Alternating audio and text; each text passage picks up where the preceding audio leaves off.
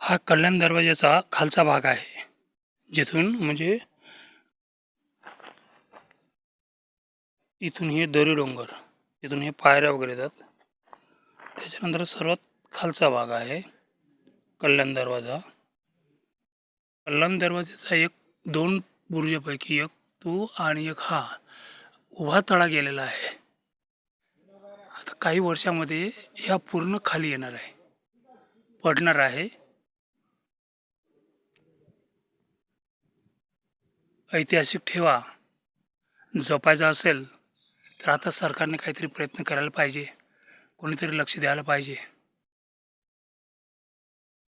हे बघा,